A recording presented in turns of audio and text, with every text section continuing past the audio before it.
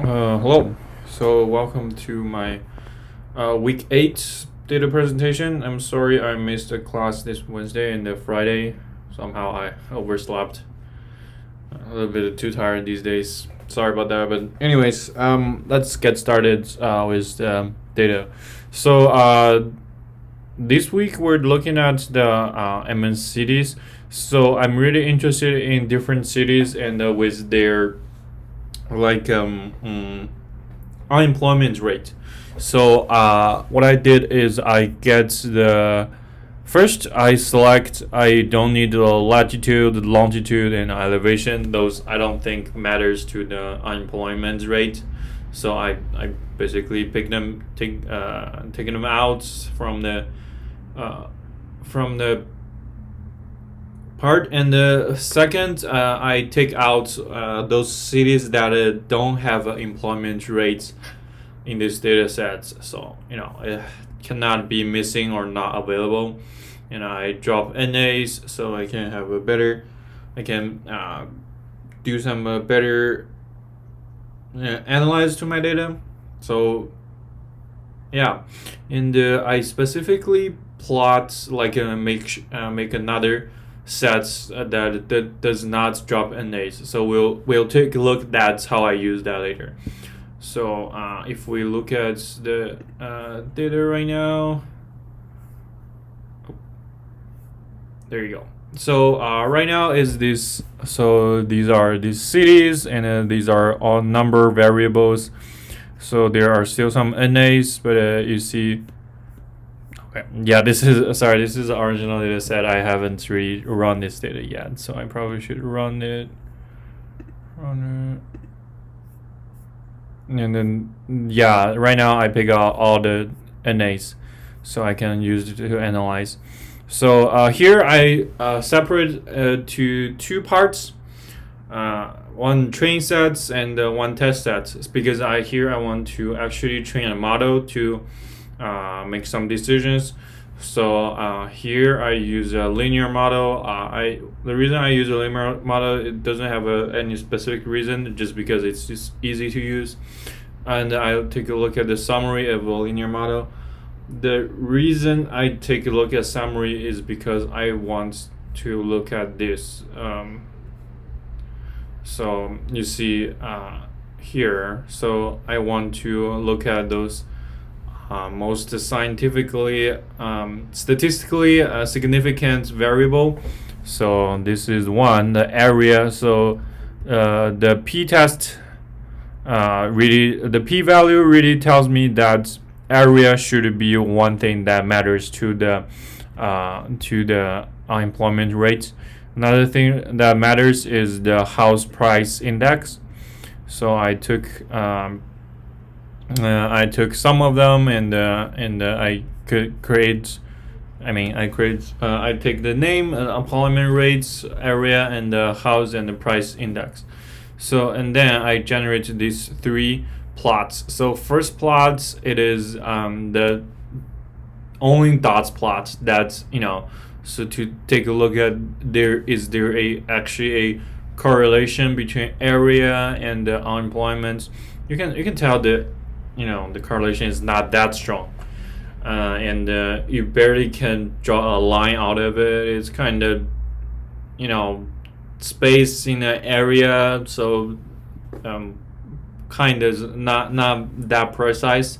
So what I did after that is I give them I make all the points that have their own name. For example, if you see here is St. Paul.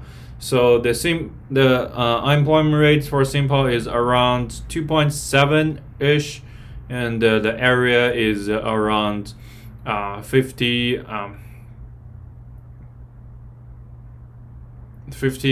meters square. Oh shit, this should be kilometers square. So sorry about that, and let's just yeah.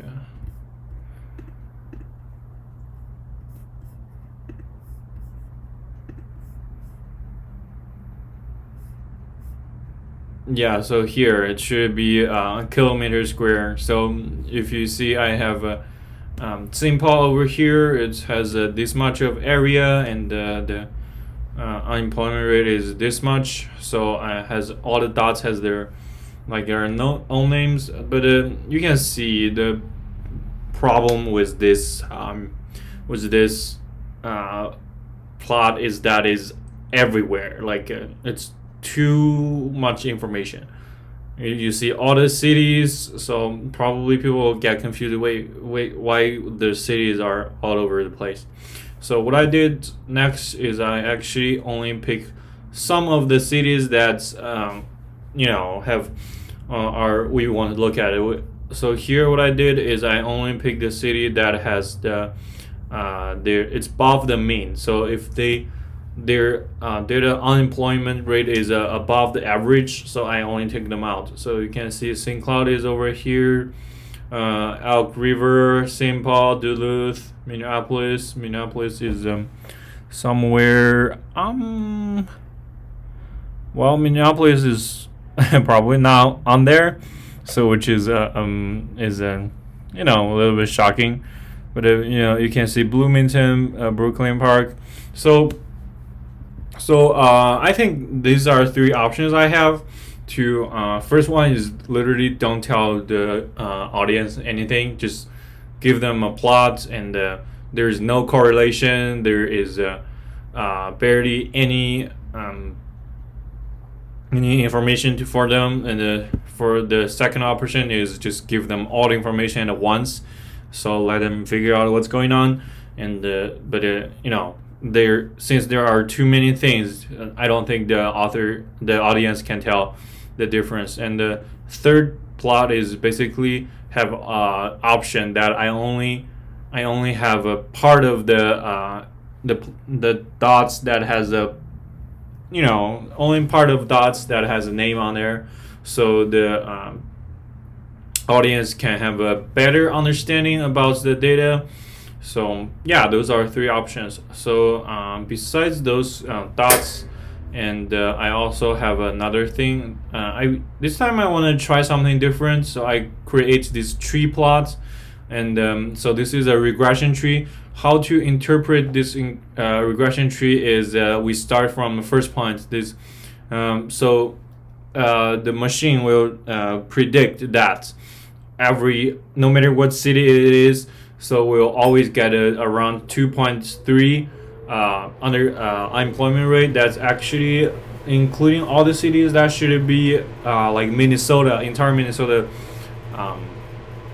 entire Minnesota parts. So and then keep going. We go to the left.